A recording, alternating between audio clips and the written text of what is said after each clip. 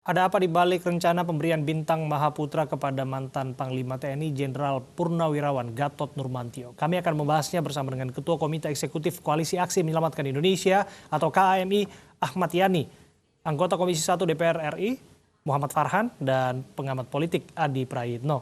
Assalamualaikum, selamat sore Bapak-Bapak. Selamat sore. Saya ke Bang Yani terlebih dahulu. Selamat sore. Bang Yani, soal pemberian bintang Mahaputra, tentu saja ini adalah hak yang akan diterima oleh Pak Gatot Nurmantio atas dedikasinya 36 tahun berdinas di TNI Angkatan Darat. Namun soal momentumnya, apa catatan Anda?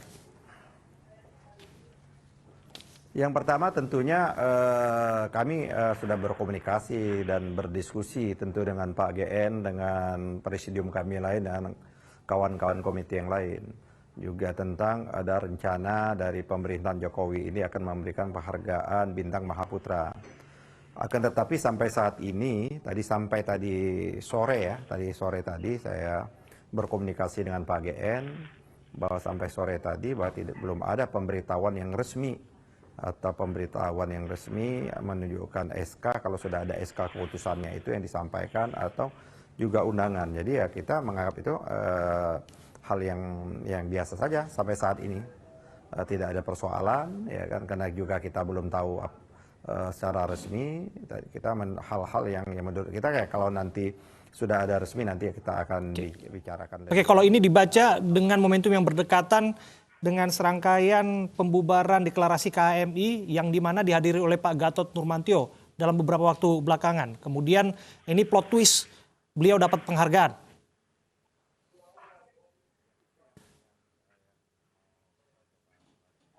Sesungguhnya ya seperti itu, bahwa dalam beberapa waktu yang lalu, waktu yang sangat dekat adalah deklarasi kami di Jambi, ya kan, dengan secara virtual, ya kan, yang dilakukan oleh kami, jejaring kita tentunya, jaring kita kami di Jambi tersebut.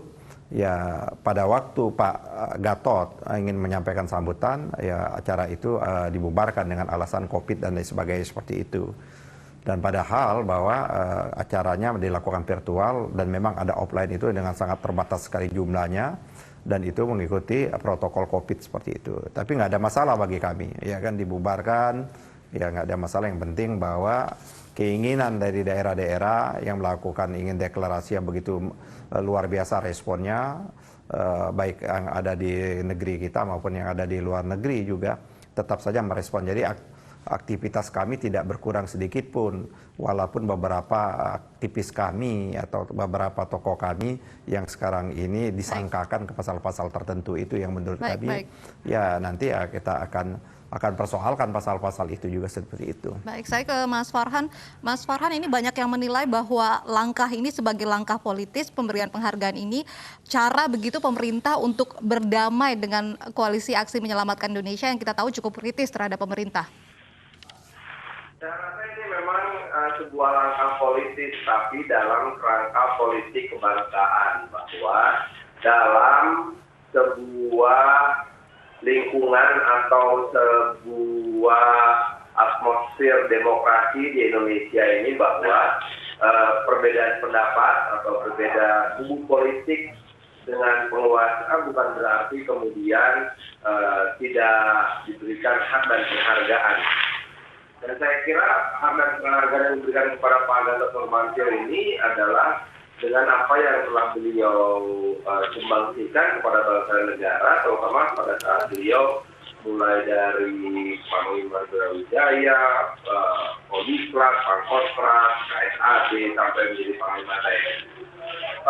Hal yang wajar dan menurut kita ini merupakan bagian dari bagaimana kita bisa memberikan edukasi politik yang sangat matang dan sangat baik kepada masyarakat tentang bagaimana perbedaan politik harus dipisahkan dari pemberian penghargaan dari sektor negara.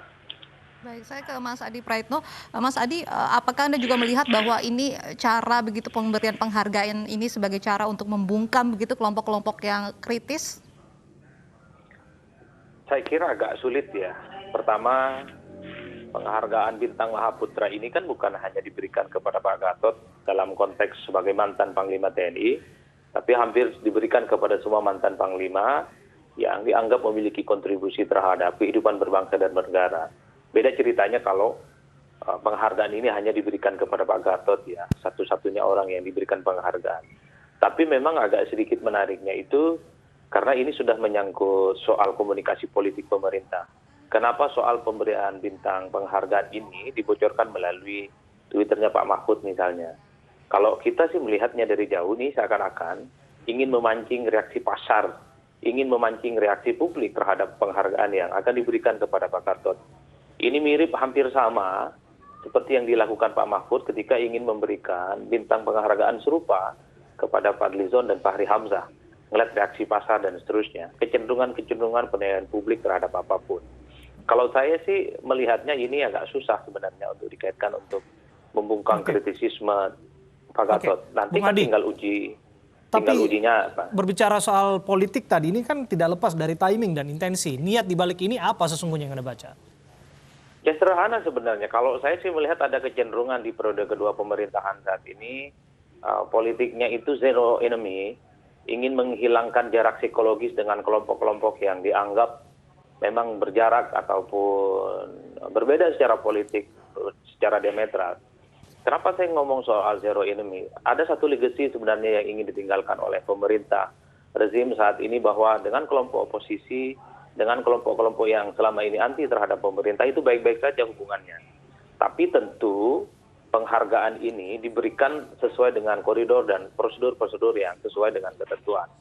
Kita cek misalnya kurang kritis gimana Fahri Hamzah dan Fadlizon. Tapi karena dua orang ini dianggap memenuhi unsur penghargaan, pemerintah memberikan itu. Justru menurut saya akan blunder pemerintah kalau tidak memberikan penghargaan kepada tokoh-tokoh kritis yang selama ini juga berkontribusi terhadap berbangsa dan bernegara. Terlepas dari penghargaan ini, Mas Abraham, bagi saya adalah sikap kritisisme Pak Gatot, Fadlizon, dan Fahri Hamzah kan sebenarnya ditunggu oleh publik. Jangan sampai penghargaan ini semacam alat tawar gitu ya untuk meredam aksi-aksi dan protes mereka yang cukup kritis terhadap pemerintah. Tetaplah kritis, toh penghargaan ini adalah penghargaan yang biasa-biasa saja bagi orang yang dianggap berjasa bagi bangsa dan bernegara. Baik, Mas Farhan, tanggapan Anda. Terakhir begini Mas Abraham, kalau memang Pak Gatot merasa tidak pantas untuk menerima penghargaan ini, ya nggak usah diterima. Sekalipun sudah dinilai memberikan kontribusi terhadap negara, misalnya ya. Oke, silakan Mas Farhan. Saya nih. Iya. Ya oke.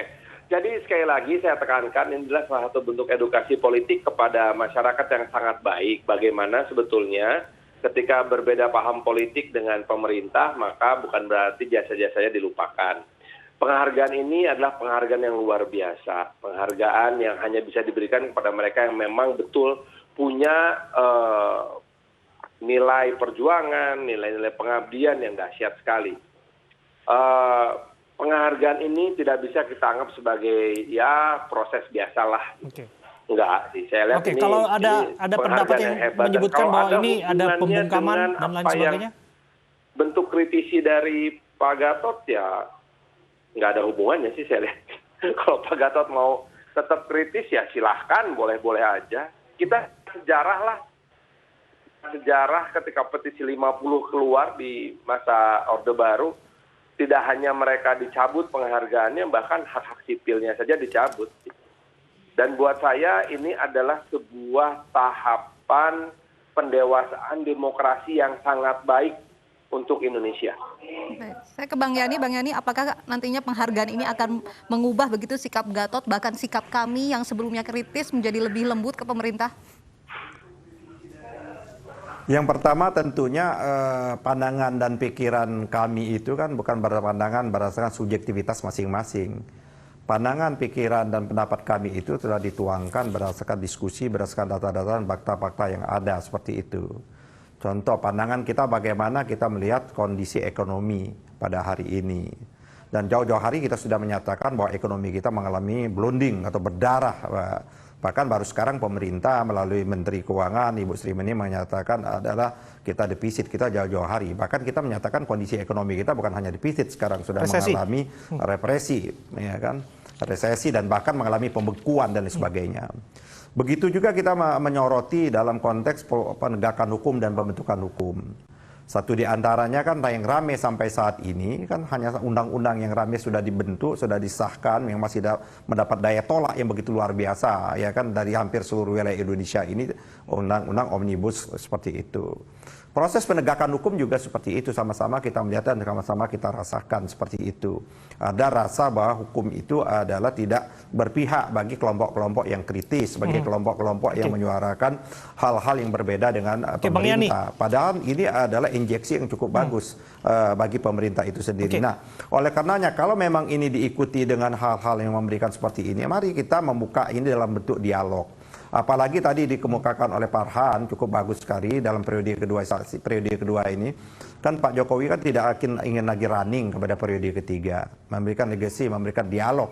Coba pandangan-pandangan kami, kalau memang ada pandangan-pandangan kami, pendapat-pendapat kami yang dianggap tidak tepat, mari kita berdialog dan sebagainya.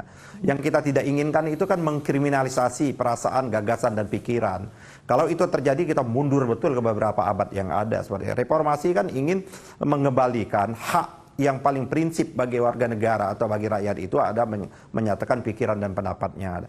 Menyatakan pikiran dan pendapatnya itu tidak bisa dikriminalisasi sedemikian rupa seperti itu. Jadi kriminalisasi rasa dan pikiran itu betul-betul ada menurut Anda? Ya, kita alami dan tidak hanya kami itu yang dirasakan seperti itu, ya kan. Nah, oleh karena itu tidak bisa dikaitkan dengan pandangan pikiran kami dengan ada yang namanya tindakan-tindakan vandalisme atau tindakan-tindakan pembakaran. Itu di lain sisi kami juga tidak setuju bahwa kita tidak pernah mempersoalkan individu atau sikap orang atau personal. Yang kita persoalkan adalah polisi kebijakan negara. Polisi kebijakan negara itu kan yang paling puncaknya ada polisi kebijakan presiden dan kementerian dan lain sebagainya seperti itu. Saya ke Mas Farhan. Mas Farhan, jika dianggap tadi bahwa apa yang diberikan kepada Pak Gatot ini tidak akan bisa menyembunyikan dugaan ataupun anggapan tadi pemberangusan kemerdekaan berpendapat dan lain sebagainya, menurut Anda? Malah saya akan kecewa kalau Pak Gatot bersama Bang Ahmad Yani akan menjadi lembek terhadap pemerintah apabila karena ada penghargaan ini. Harusnya malah ini menjadi insentif kepada kelompok kami untuk bisa mencari lagi sudut pandang yang lebih kritis dan mencari cara untuk bisa menjadi kelompok penekan yang bisa memberikan alternatif penyelesaian masalah bangsa ini. Karena apa? Karena dengan demikian kan kredibilitasnya menjadi tinggi. Itu apa yang disampaikan oleh Pak Gatot Nurmantio dalam berbagai macam kritiknya. Saya sangat secara pribadi, saya sangat bangga bahwa kita bisa hidup dalam atmosfer demokrasi yang begini dewasa. Baik, saya ke Mas Adi. Mas Adi, kalau melihat sosok begitu Gatot Nurmantio, apakah menurut Anda jika nantinya penghargaan ini diterima akan mengubah begitu sikapnya terhadap pemerintah atau akan tetap berjalan dengan kritis dengan koalisi aksi menyelamatkan Indonesia? Ya, pertama Uci yang ingin saya sampaikan sepertinya kalau melihat dari statementnya Pak Ahmad Yani ataupun Pak Gatot di media yang tidak terlampau merespon soal isu pemberian penghargaan ini, sepertinya tidak terlampau happy juga itu mau menerima penghargaan dari negara, dari pemerintah gitu ya. Karena tidak ada respon yang wow gitu, yang wah, ada persiapan khusus untuk menerima penghargaan yang saya kira tidak semua orang bisa menerima ini. Dalam konteks itulah kemudian publik menduga-duga. Jangan-jangan memang penghargaan yang diberikan oleh pemerintah ini dalam tanda kutip sebagai tawar gitu ya. Alat bergen politik supaya sikap-sikap dan manuver politik kami, Pak Gatot dan yang lainnya itu agak sedikit bisa dikurangi. Kan begitu.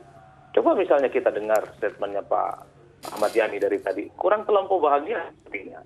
Pak Gatot juga ketika ditanya bahagia tidak mau berkomentar karena tidak ada pemberitahuan resmi. Biasanya kalau orang mendapatkan penghargaan dari negara, mau diinformasikan secara resmi atau tidak, dia biasanya surprise. Dia agak sedikit bahagia, euforianya sudah dipersiapkan.